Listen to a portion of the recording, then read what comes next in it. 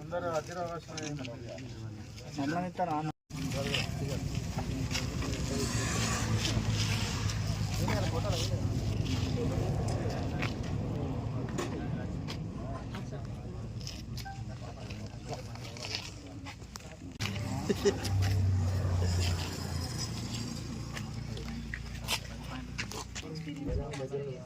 University faculties ఎవరికి zero experience ఇక్కడ మాకు 10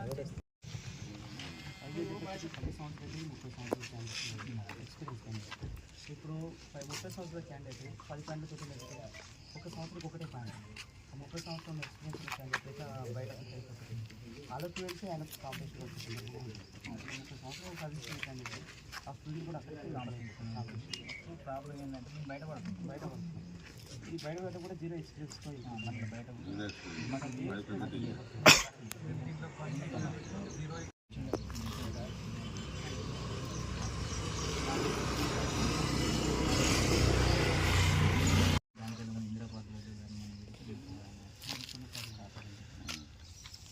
మాట్లాడేది హైదరాబాద్ సైడ్ అందరూ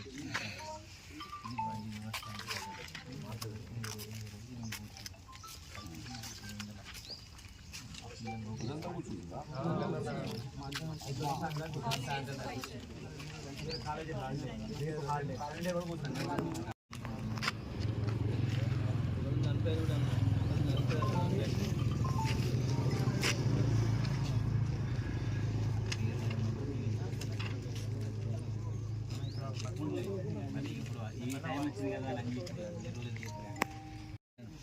అవన్నీ చెప్పుకుంటే అది మామూలు మేము బయట వేసుకుని కరెక్ట్గా చేసినాం ఇంకా కూడా చేస్తాం మమ్మల్ని చేయడానికి కూడా రెడీగా ఉన్నాం. ఆలోచించాలన్నా చాలా థ్యాంక్స్. మేము కూడా అదే ఈ యొక్క 5-6 రోజుల వరకు కూడా ఫుల్ ఫ్లెడ్జ్గా కూర్చున్నామని అనుకుంటున్నాం.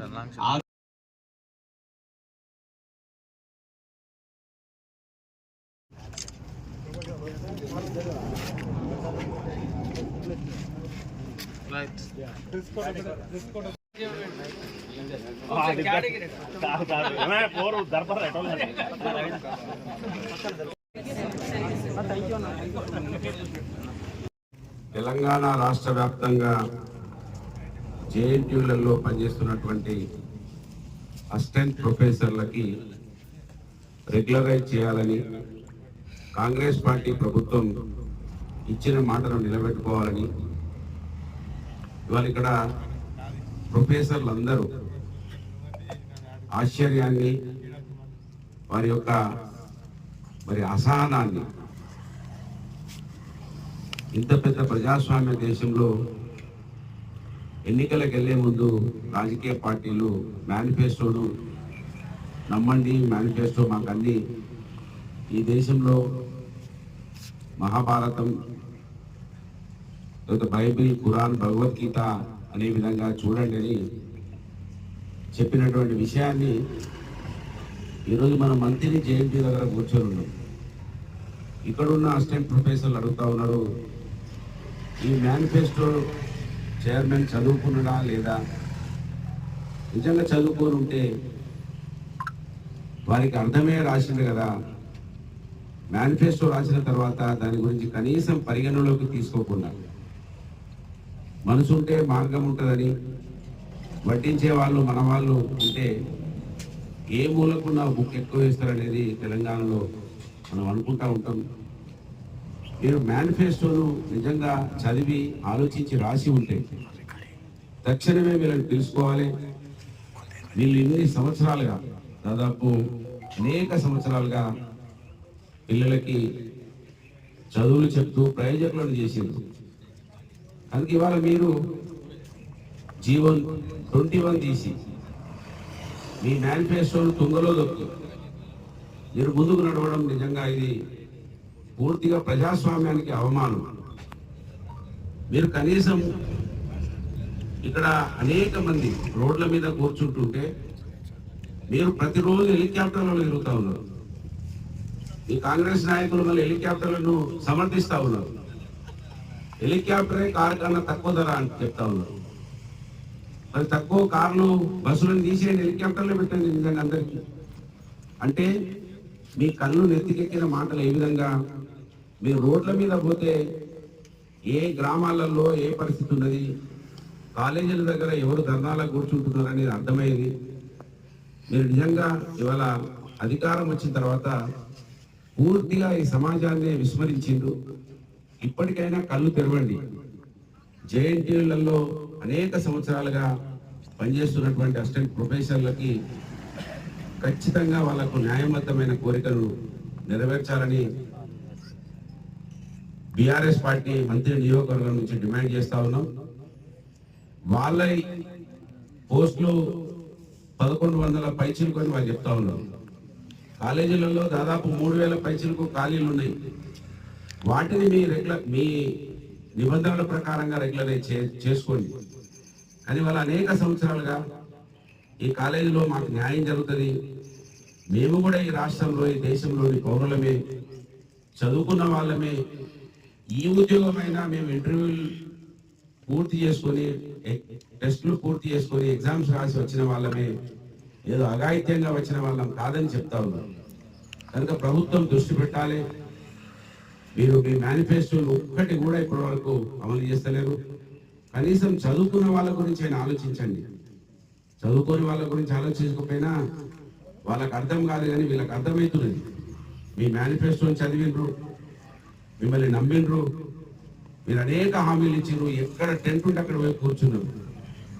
కనుక ఇవాళ వీళ్ళు ఎర్ర టెండలో దాదాపు ఇప్పుడు మనం గోదావరి కనికి సమీపంలో సెంటనరీ కాలనీలో ఉన్నాం, రామగిరి మండలంలో. దాదాపు 45 డిగ్రీల ఉష్ణోగ్రత ఉన్నది ఇప్పుడు. మరి ఇంత ఎర్ర టెండలో వాళ్ళ యొక్క ఆవేదనను ఆందోళనను వ్యక్తం చేస్తూ ఉన్నారు ప్రభుత్వానికి. పిల్లలు లోపల ఫ్యాకల్టీ లేక వాళ్ళు వట్టిగానే కూర్చుంటున్నారు, వాళ్ళ భవిష్యత్తు ఖరాబ్ అవుతుంది. కనుక మీరు దేని మీద దృష్టి పెడతారో ఇప్పటికైనా ఆలోచించండి అని డిమాండ్ చేస్తూ, పిల్లల భవిష్యత్తు పోతా ఉన్నది. వీళ్ళ భవిష్యత్తు ఇన్ని సంవత్సరాలుగా కాలేజీలో ఫ్యాకల్టీ ఉన్నదని నమ్మకంతో ఏదో వాళ్ళ కుటుంబాలను పోషించుకుంటా ఉన్నారు. మళ్ళీ వీళ్ళు ఇక్కడి నుంచి పోతే ఏమీ చేసుకోలేరు. కనుక వీళ్ళని రోడ్డున పడేయద్దని ప్రభుత్వం సానుకూలంగా ఆలోచించాలని ముఖ్యమంత్రి పక్కకే కూర్చుంటున్నటువంటి మంత్రి, ఎమ్మెల్యే, మేనిఫెస్టో కమిటీ చైర్మన్ చదువుకున్న వాడని నమ్మిండ్రు మిమ్మల్ని. మీరు హైదరాబాద్ సెంట్రల్ యూనివర్సిటీలో చదువుకున్నారని నమ్మిండ్రు. మీరు ఒక మాజీ స్పీకర్ కొడుకని నమ్మిండ్రు.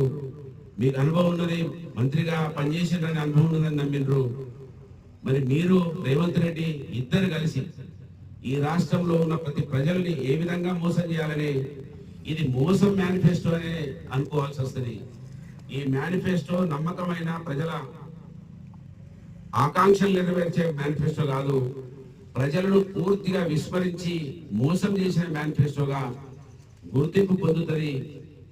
అటువంటి రోజులు రాకముందే అప్రమత్తం కావాలని జేఎన్టీయూ అసిస్టెంట్ ప్రొఫెసర్లకి మద్దతుగా ఇవాళ బీఆర్ఎస్ పార్టీ ఉంటుంది.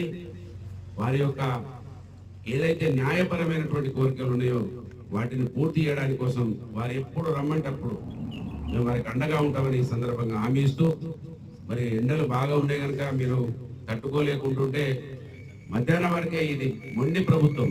కేసీఆర్ గారు కూడా మాకు ఈ మధ్యలో ఏదైనా ధర్నాలో దీక్షలో చేస్తే 12 గంటల వరకే చేస్తున్నాం మేము. కనుక మీరు కూడా ఈ ముందు ప్రభుత్వానికి మీ ఆరోగ్యాలు ఖరాబ్ చేసుకోకుండా 12 వరకు సరిపోతే, దాదాపు 12 వరకు కూర్చుంటే సరిపోతుంది. సాయంత్రం మళ్ళా 1 గంట మళ్ళీ కూర్చోండి అవసరం అనుకుంటే, ఎండకు ఇబ్బంది పడతారనే నా చిన్న సూచనను మీకు చేస్తూ మీ న్యాయపరమైన కోరికలు నెరవేర్చాలని ఆకాంక్షిస్తూ ప్రభుత్వం మెడలు వంచడానికి మీకు అండగా ఉంటామని హామీ ఇస్తూ సెలవు తీసుకుంటున్నాను. జై తెలంగాణ.